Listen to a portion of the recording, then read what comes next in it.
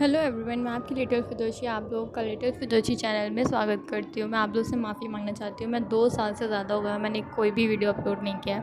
पहले उसके पीछे एक स्टोरी है, मेरी लाइफ में बहुत कुछ चल रहा था, इसलिए मैं कुछ भी वीडियो बना ही नहीं पाई और अपलोड भी नहीं कर पाई। फिर मैंने सोचा कि मैं जब थोड़ा फ्री हो जाऊँगी तब करूँगी। ऐसे करते करते मैं वीडियो ही नहीं डाल पाई कभी।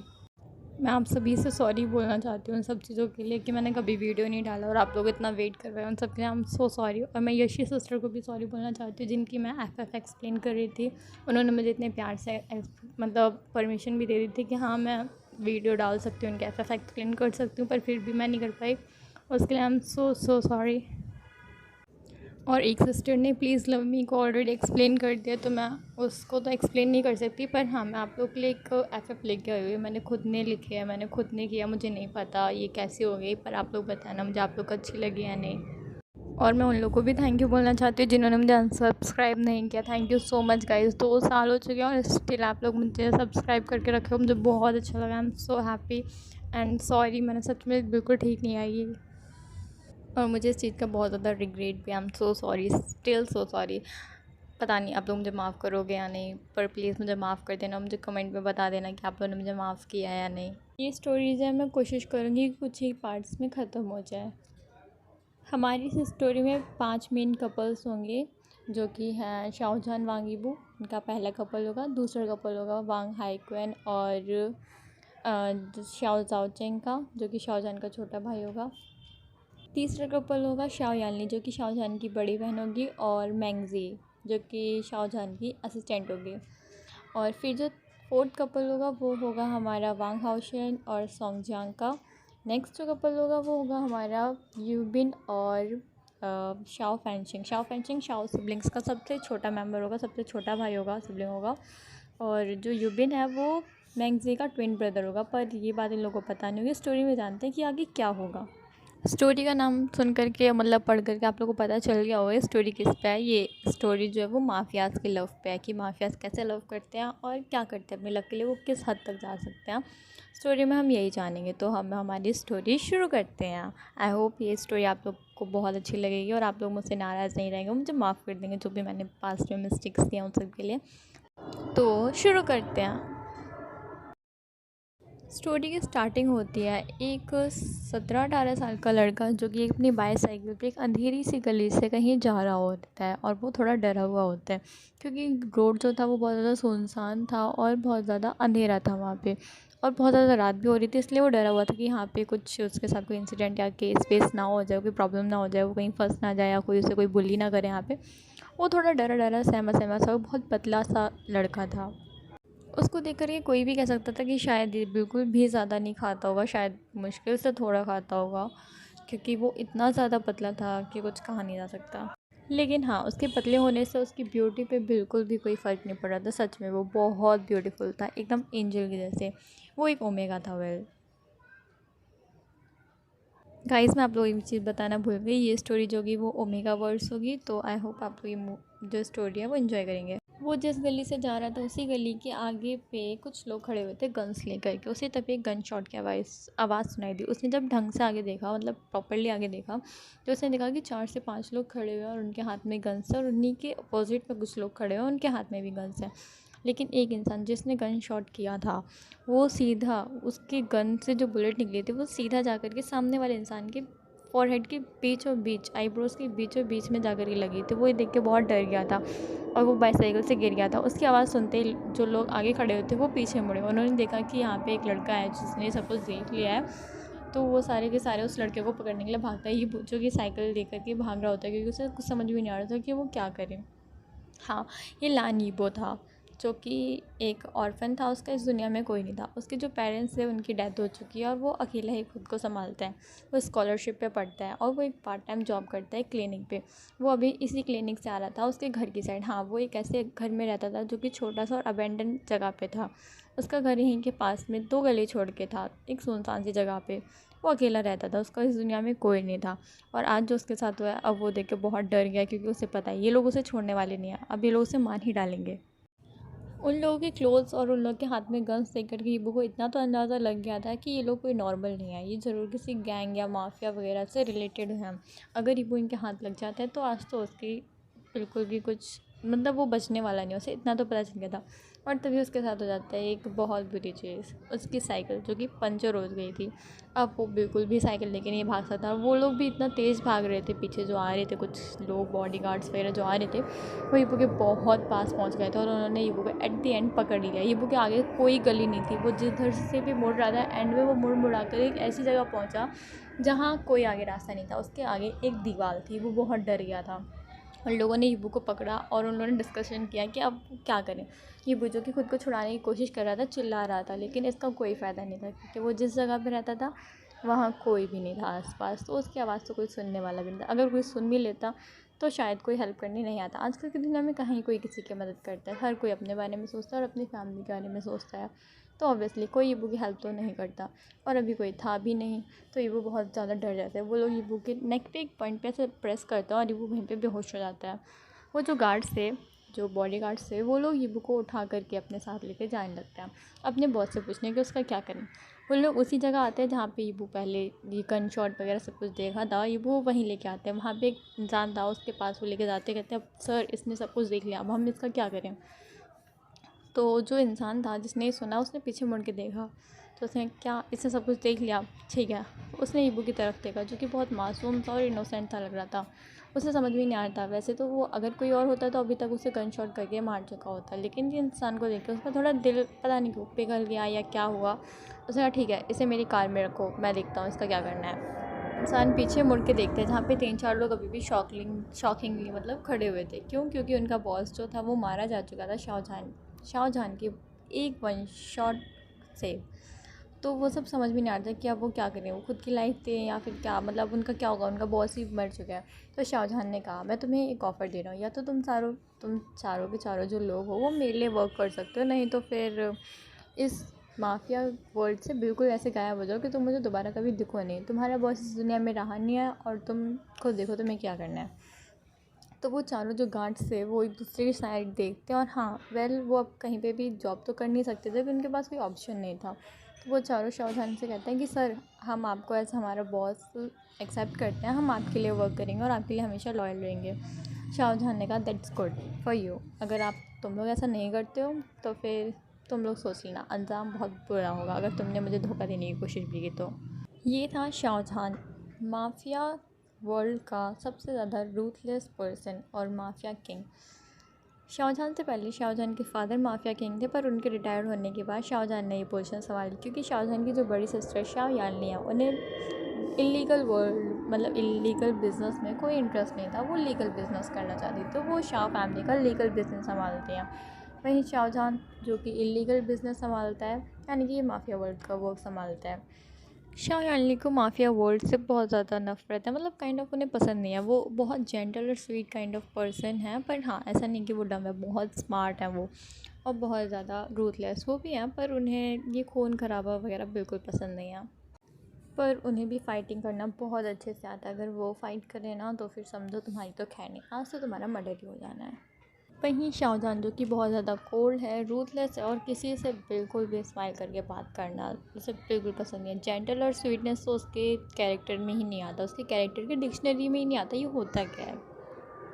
शाहयानी एक अल्फ़ा है और शाहजहान भी एक डोमिनेंट अल्फ़ा है। शाहजहान जो है वो एक डोमिनेंट अल्फ़ा है और शाहयानी जो है एक फ़ीमेल अल्फ़ा है। वहीं शाहजहान का छोटा भाई शाओ जाओचिंग जो कि उससे 1 साल ही छोटा है, वो एक ओमेगा है। पर हाँ, एक एंग्री बर्ड वाला ओमेगा नहीं होता, जो ओमेगा होकर के भी ओमेगा नहीं होता, वही वाला। जैसे गर्ल्स जो होते हैं वो गर्ल्स होकर के भी गर्ल जैसा बिहेव नहीं करती, गुस्सैल वाली एकदम लड़कों वाला बिहेव, वैसे ही शाओ जाओचिंग वो भी एक वैसा ही इंसान है।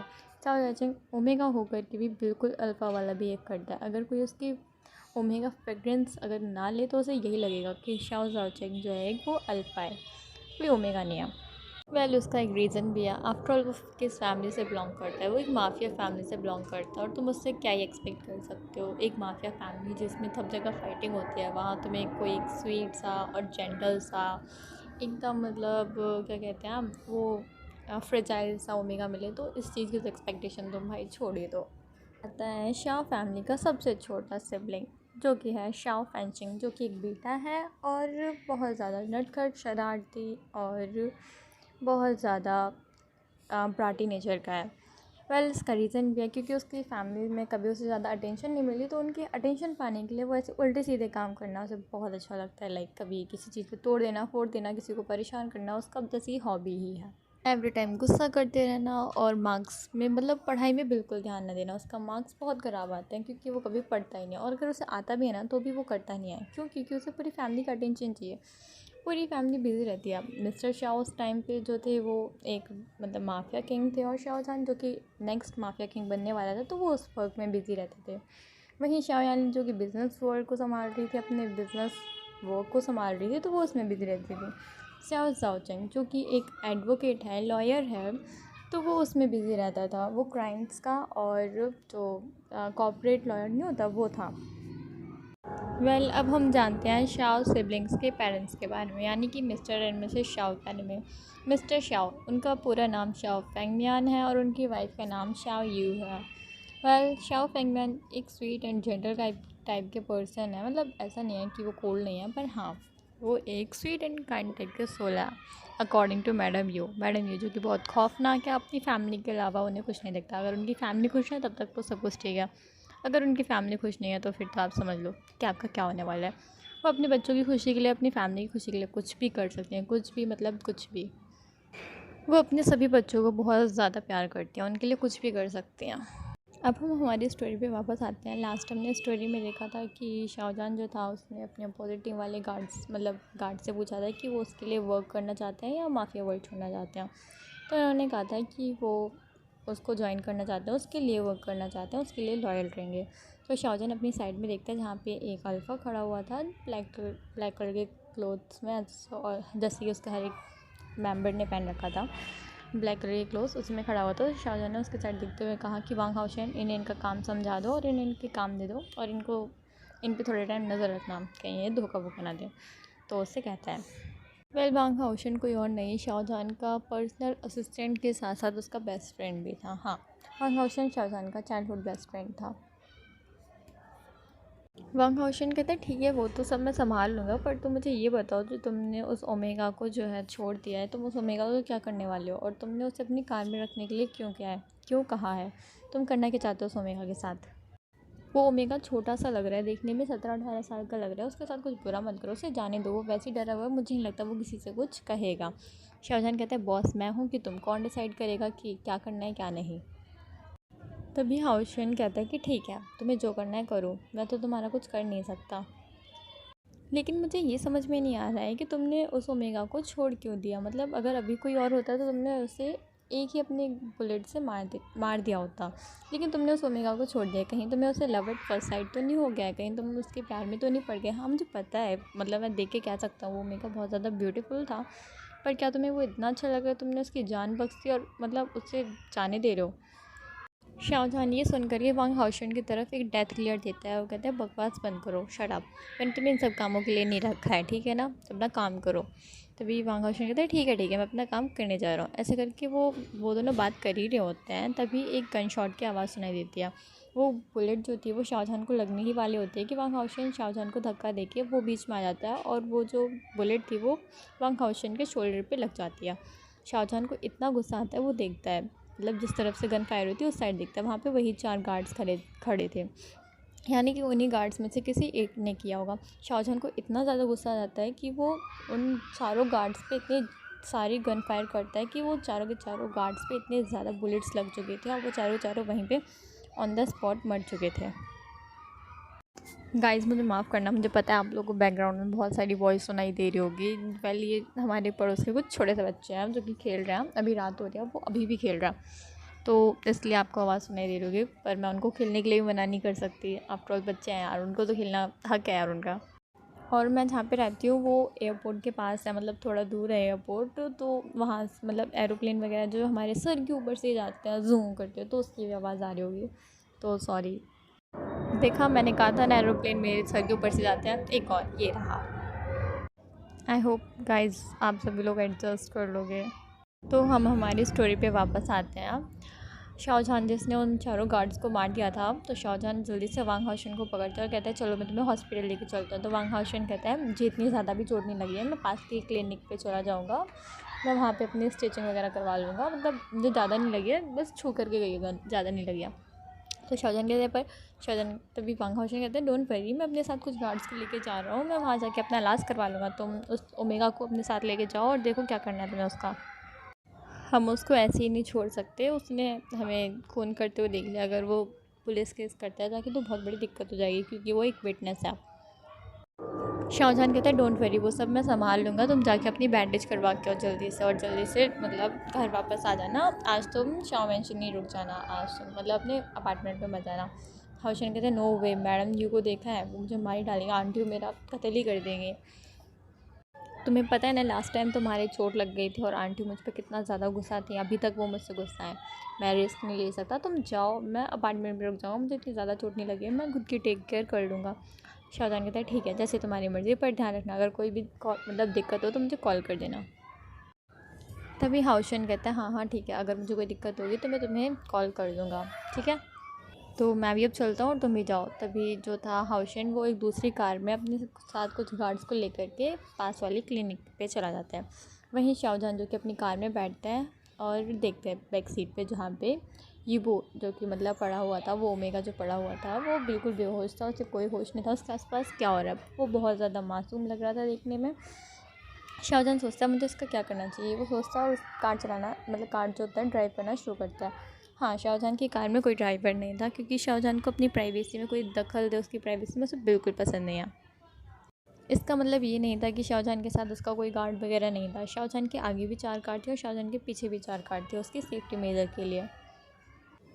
शाहजहान उस ओमेगा को लेकर के सोचता है कि कहाँ जाए, अगर वो अपने मेंशन जाएगा तो ऑब्वियसली उसकी मॉम और उसकी फैमिली उससे क्वेश्चन कर करके उसे परेशान कर देंगे कि ओमेगा कौन है। तो शाहजहान सोचता है कि आज वो अपने अपार्टमेंट में जाएगा और उस ओमेगा को अपने अपार्टमेंट में ही रखेगा। शाहजहान उस ओमेगा को लेकर के अपने अपार्टमेंट जाता है और अपने गार्ड्स मतलब कार से जब वो निकलता है तो अपने गार्ड्स को ऑर्डर करता है कि इसे इस मतलब ओमेगा को उसके रूम में उसके गेस्ट रूम में पहुंचा दिया जाए और उसे वहाँ पे लटाया जाए। वो सुबह देखेगा कि इस ओमेगा के साथ क्या करना है। शाहजहान अपने गार्ड्स और सर्वेंट को ऑर्डर करके अपने रूम में चला जाता है। वहाँ जाके वो एक फ्रेश बाथ लेता है और फिर जा कर के अपने बेड पर रेस्ट करने के लिए लेट जाता है। जब वो अपने बेड पर रेस्ट कर रहा था तो वो सोच रहा था कि उसने क्यों उस ओमेगा को वहाँ पे मतलब ऐसे छोड़ दिया, अगर कोई और होता तो शायद हाँ उसने अभी तक उसे मार दिया होता, उसे नहीं बख्शा होता, पर क्यों उसने उस ओमेगा का चेहरा देखते उस पर उसे तरस क्यों आ गया, क्यों उसने छोड़ दिया। शाहजहान को कोई आंसर नहीं मिलता, वो उस चीज़ को छोड़ देता है वैसे कि छोड़ो देखते हैं क्या होगा, और शाहजहान जो होता है वो सो जाता है। नेक्स्ट डे जब शाहजहान उठता है तो उसे उसके अपार्टमेंट में मतलब बहुत ज़्यादा शोर सुनाई दे रहा था, जो कि बिल्कुल भी नॉर्मल चीज़ नहीं थी, क्योंकि शाहजहान के अपार्टमेंट में हमेशा शांति रहती थी। शाहजहान जब अपने मतलब रूम से बाहर निकलता है एक सर्वेंट से पूछता है कि ये सब क्या हो रहा है, यहाँ पे इतना शोर क्यों हो रहा है।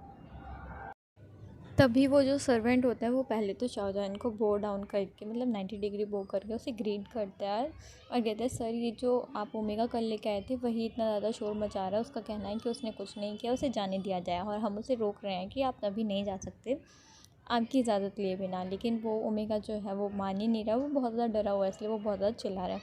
शाहजहान कहता है ठीक है मैं अभी आ रहा हूँ, मैं देखता हूँ क्या करना है। शाहजहान जो कि वापस से अपने रूम में आता है और वॉशरूम में चला जाता है फ्रेशन अप होने के लिए। वो फ्रेशन अप होकर के करेक्ट 20 मिनट्स बाद वो डाइनिंग रूम में बैठा था और अपने सर्वेंट्स को ऑर्डर देता है कि जाओ उस ओमेगा को नीचे डाइनिंग रूम में लेकर के आओ आई मीन।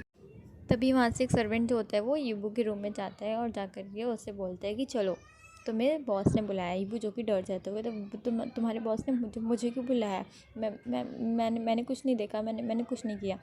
तभी वो सर्वेंट कहता है डोंट वरी, तुम्हें बॉस कुछ नहीं करेंगे, अगर तुम्हें बॉस हमारे यहाँ पे अपार्टमेंट अगर अपने घर पे लेके आए हैं इसका मतलब ये है कि तुम्हें वो कुछ नहीं करने आ रही, तुम एक बार चल के सुनो कि क्या प्रॉब्लम है, मतलब बॉस तुमसे क्या कहना चाहते हैं।